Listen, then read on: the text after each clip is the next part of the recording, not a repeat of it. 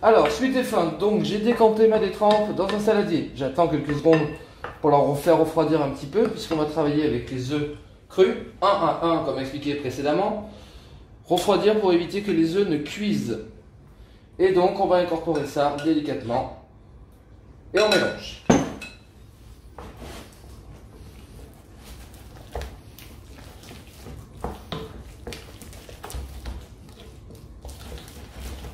Si on n'attend pas trop que ça refroidisse, le risque c'est que l'œuf cuise et donc fasse coaguler la pâte.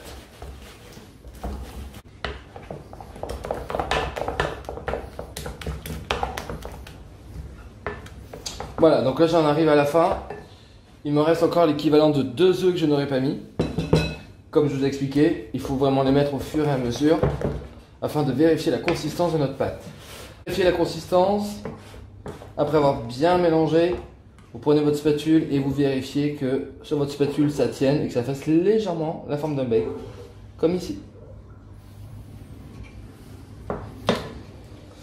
Une fois cette étape-là réalisée, la pâte à choux est donc maintenant terminée. On va pouvoir passer à la dernière étape qui va être ce que l'on appelle coucher les choux. Alors, dernière étape, coucher les choux. Donc pour ce faire, soit vous prenez une poche à douille, si vous n'avez pas de poche à douille, vous pouvez vous munir tout simplement une cuillère à soupe. Je vous montrerai également. Vous ferez ce que l'on appelle des petites quenelles. Si vous travaillez avec une poche à douille, pour ne pas vous embêter à la tenir, vous prenez un petit bec verseur, vous le déposez dedans.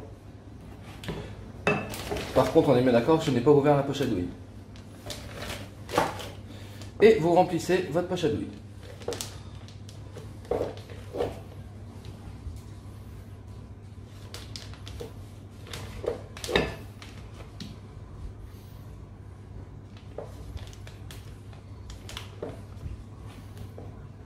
Donc je vous ai parlé de coucher les choux. Coucher les choux, c'est tout simplement l'étape de les mettre dans une poche à douille, de les déposer sur notre plaque à pâtisserie afin de pouvoir les mettre en cuisson. Par ailleurs, pensez toujours à préchauffer votre four avant d'en arriver à cette étape. Là, on mettra le four à 200 degrés. Le secret de la réussite pour la pâte à choux et la cuisson des choux, ne jamais ouvrir le four pendant la cuisson. Pourquoi? Puisqu'en fait, l'eau qui est emmagasinée à l'intérieur de la pâte à choux, lorsqu'elle va rentrer en contact avec la chaleur, va s'évaporer. Mais si vous ouvrez votre four, l'eau va donc pouvoir se dissoudre. Et donc vos choux vont retomber en cuisson.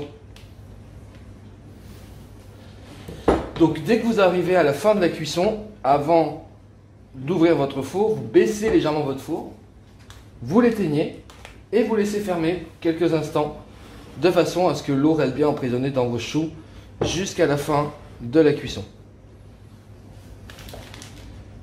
Voilà. Alors, avant que je termine, quenelle, vous prenez tout simplement une cuillère à soupe, comme celle-ci, et on va le déposer sur notre plaque en faisant un petit tas.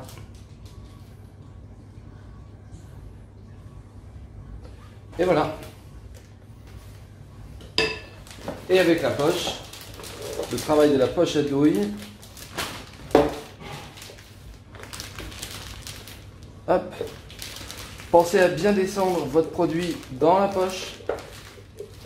Ne pas la percer avant, donc ne pas l'ouvrir avant en bas de façon à ne pas perdre le produit que vous mettez dedans. Comme ça, vous n'en mettez pas plein les doigts. Et bien penser à tourner votre poche pour bien emprisonner, comme ceci. Une fois que c'est fait, là je ne travaille pas avec une douille cannelée. Les choux, bien entendu, vous pouvez les travailler avec une douille cannelée en fonction du résultat que vous souhaitez obtenir. Et donc là, on va coucher les choux. Ne cherchez pas à faire des cercles, vous déposez tout simplement en écartant au maximum.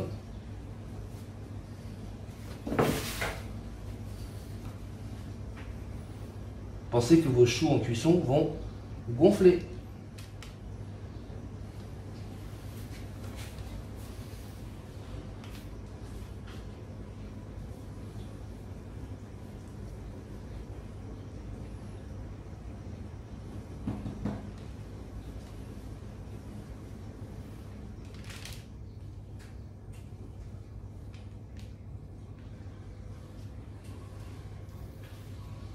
Toujours de temps en temps, relevez la poche, bien resserrer pour ne pas avoir de bulles d'air dans votre poche. Et on continue l'action de coucher les choux sur notre plaque à pâtisserie.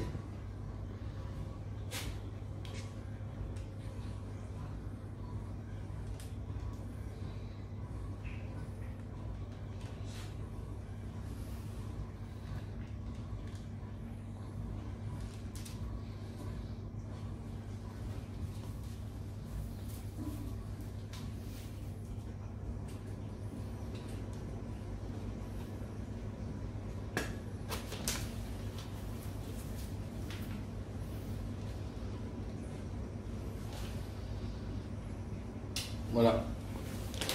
Donc là, vous voyez, avec les quantités que nous avons fait tout à l'heure, nous sommes à 3, 4, 5, 6, 7, 8, 9, 10, 11, 12, 13, 14, 15, 16, 17, 18, 19, 20, 21, 22. En sachant qu'il en reste, on pourrait aborder à peu près une centaine de chouquettes. Avant de les marquer en cuisson, vous allez mettre ce qu'on appelle le sucre perlé dessus. Donc c'est du sucre en gros morceaux comme ceci. Vous pouvez également travailler avec du sucre coloré pour les enfants. Ça marche bien. Et plus il y a de sucre, et plus ils aiment. D'ailleurs, pour les enfants, c'est une recette que vous pouvez très bien faire avec eux. Puisque vous avez vu, rien n'est compliqué. Même s'ils préféreront les manger plutôt que de les faire.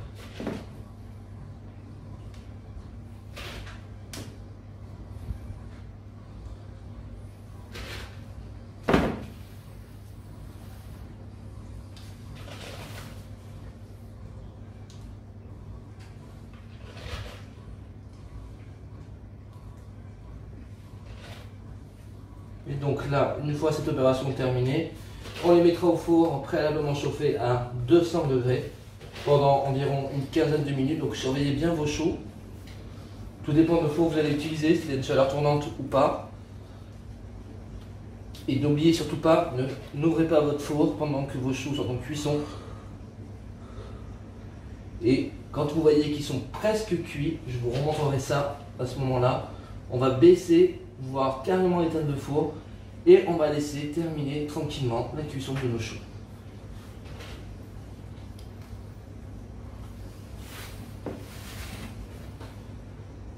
« 15 minutes de cuisson. Milieu de cuisson. Donc on voit que les choux sont actuellement en train de gonfler. On va compter environ encore 8 bonnes minutes de fin de cuisson. Surtout, je précise, ne pas ouvrir le four. Car comme vous voyez, ils sont en train de gonfler. Je termine donc la cuisson à 150 degrés pour terminer la cuisson de mes chouquettes afin de m'assurer qu'ils soient bien cuits à l'intérieur et dorés à l'extérieur, comme d'habitude sans ouvrir le four. Donc là, maintenant, nous sommes à 150 degrés. Voilà, mes chouquettes vont maintenant être cuites. Je vais donc terminer tout simplement la cuisson en coupant le four et je les laisse encore quelques minutes à four chaud sans ouvrir le four, toujours.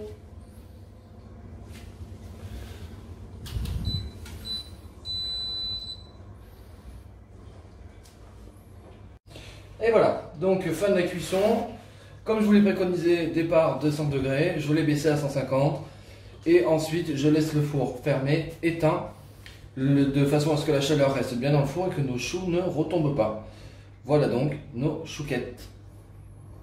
Donc pour rappel, farine, beurre, œuf, de l'eau. Vous faites donc la fusion eau, beurre, sucre, sel.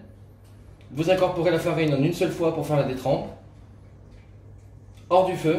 Puis ensuite sur le feu vraiment pour faire dessécher votre pâte. Et hors du feu, vous mettez vos œufs un à un.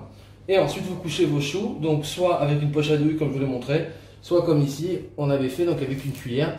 Ça nous permet de voir justement la différence au niveau du résultat. Tant que les choux sont encore chauds, on peut également les saupoudrer d'un petit peu plus de sucre. Voilà pour aujourd'hui.